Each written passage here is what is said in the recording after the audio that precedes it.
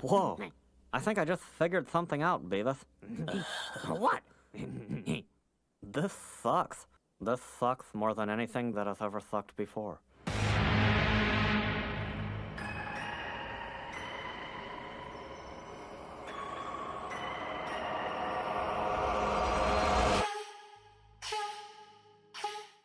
Redfall is a first-person shooter developed by Arkane Austin and published by Bethesda Softworks. The story takes place in a fictional town of Redfall, Massachusetts. After an experiment goes wrong, vampires have descended on the town, trapping all of its residents inside with no escape, due to the vampires raising a wall of water that cannot be passed. So it is up to a small group of ex-military and other people of particular abilities to take down the vampires and the humans supporting them, to take back the small town for themselves, and save everyone that can be saved. I was a fool. They were monsters. They took more than a drop. They took everything. Now, something evil is swallowing up this place bit by bit.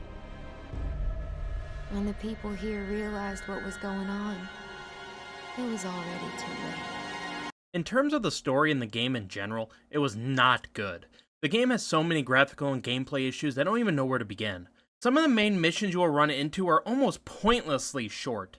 It will tell you to go find something, you will go to that location, fight nothing, pick up the item, and then the mission will be completed. You will run into a few nothing missions like this that are a complete waste of everyone's time. Also, the cutscenes are just moving images with talking over it, which sometimes is a style of cutscene I've seen other games do in the past, but in this game, it just comes off as lazy and unimaginative, like they ran out of time to put the cutscenes in. Which makes sense considering the rest of the game is also unfinished, as textures and graphics in general were brutal throughout. There were textures that never popped in at some points, and the game just looked straight up ugly in a lot of locations.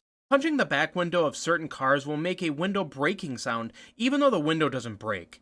Just all the attention to detail is thrown out the window, no pun intended, which is disappointing.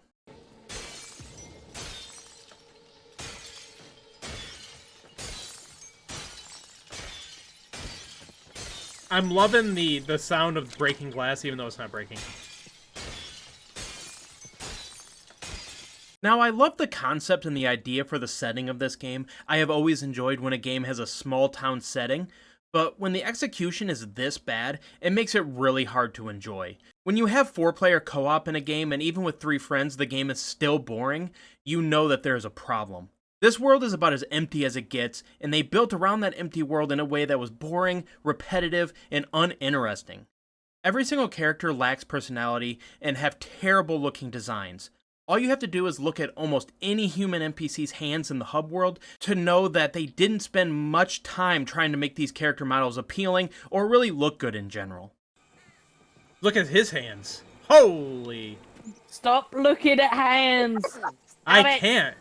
Between my co-op partners and myself, we had the game crash about 15 to 20 times minimum, which isn't good and is something that gets annoying really quick, especially considering once one person is kicked from the game, you can't just re-invite them back into the game. Everyone has to completely leave, and then the leader of the group has to start a whole new group and re-invite everyone on the main menu before you can continue playing the game together. This is not how you should do co-op games.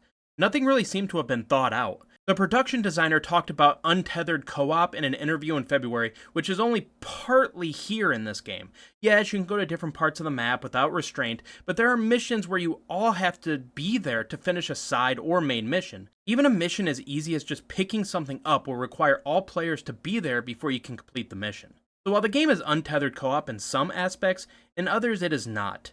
It just feels like nothing was fully fleshed out here. Just a bunch of decent to good ideas that were terribly executed.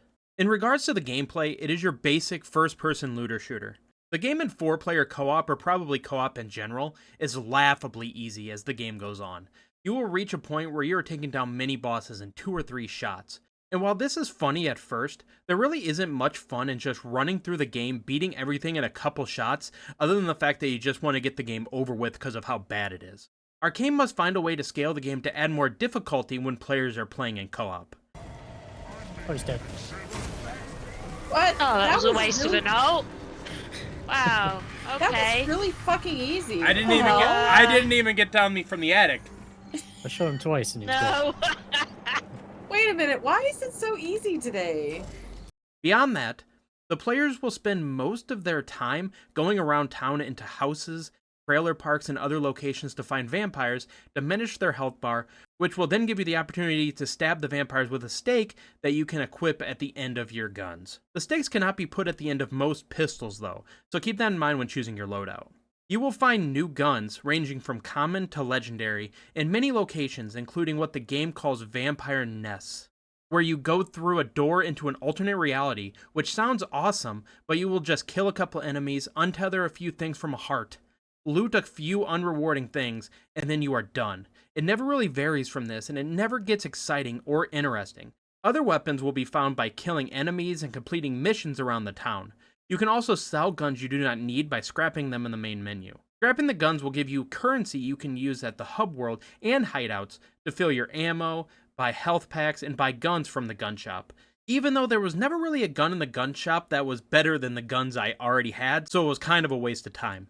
Beyond the guns, every character you choose has multiple special attacks and an ultimate attack that can be admittedly pretty cool for the first few uses, and then after that you kind of forget they exist except for maybe the ultimate abilities. For example, Layla has a lift ability which launches players into the air to help you get to higher places and help you maneuver around enemies during combat, an umbrella ability which is pretty much a purple colored magical shield, and an ultimate ability to summon her vampire ex-boyfriend, which will pop up for a little bit to help you fight vampires, which to be honest may be the best part of this game, which is sad as in the end the ability itself isn't really that exciting overall. The game also has a level system and a skill tree you can use to upgrade certain abilities for your character. To use Layla again as an example, her skill tree allows you to upgrade how much health regenerates when your health is low, and the ability to upgrade her vampire ex-boyfriend to have him fight longer and do more damage on the battlefield. But this is just to name a few, as there are a decent amount of upgrades you can equip to your character, and every character is different. They all have different skills and different skill trees that you can equip these skill points to. And while there are a decent amount of upgrades, most of these upgrades are fine, but don't really add more fun to the game overall, since the game doesn't really have a fun factor to offer to begin with. All the characters also have different outfits they can wear, from different pants, shirts, hats, and backpacks. Some of these outfits are cooler than others, but in the end they were all just kind of your run-of-the-mill outfits. That being said, customization is never a bad thing in games, as it gives you reason to look around the map for more of them. Maybe not in this game since it is a slog to get through, so you are more racing to the finish than looking around for more customization, but in general, most of the time, customization is never a bad thing. Other items you collect in the game are notes you will find throughout the map, a lot of times in houses or other interior locations, and also things called gravelocks. Gravelocks can do a few things. First of all, these gravelocks will provide additional lore for the world if you are looking for that, and how all of this with the vampires began in the first place. But also finding a certain amount of gravelocks improves your recharge rate of your ultimate ability. If you find 5 gravelocks, it improves your ultimate regeneration by 10%, and all the way up to if you find 100 gravelocks, which is the max number you can find in the game, your ultimate will then regenerate 25% faster. So if you are a completionist, keep in mind you will need 100 gravelocks to get that max regeneration. In the end, this game just missed on almost every mark. A cool concept on paper turned into an abomination in execution. When Phil Spencer, the head of Xbox, has to come out and say they screwed up with Redfall's development, you know it's bad. And that was fair because this game was a failure in almost every way and is most likely dead on arrival. And that is why I am giving Redfall a 3 out of 10. This game just needed more time for development. Maybe if given another year or two, this game could have been something other than bare bones, considering, like I said, the concept could have been super fun if done right, but as it stands, I would not waste your time on playing this game, even on Game Pass. But if you were to play this game, please find a few friends to go on this journey with you, as playing it by yourself has to be a mind-numbing experience. At least maybe in co-op you will get a few laughs out of the tons of issues you will find in the game. But all that being said, what did you guys think of Redfall? Did you like it more or less than I did? Let me know in the comments section below. But that is going to do it for this review. Thank you guys so much for watching, and I will see you in the next one. Bye, guys.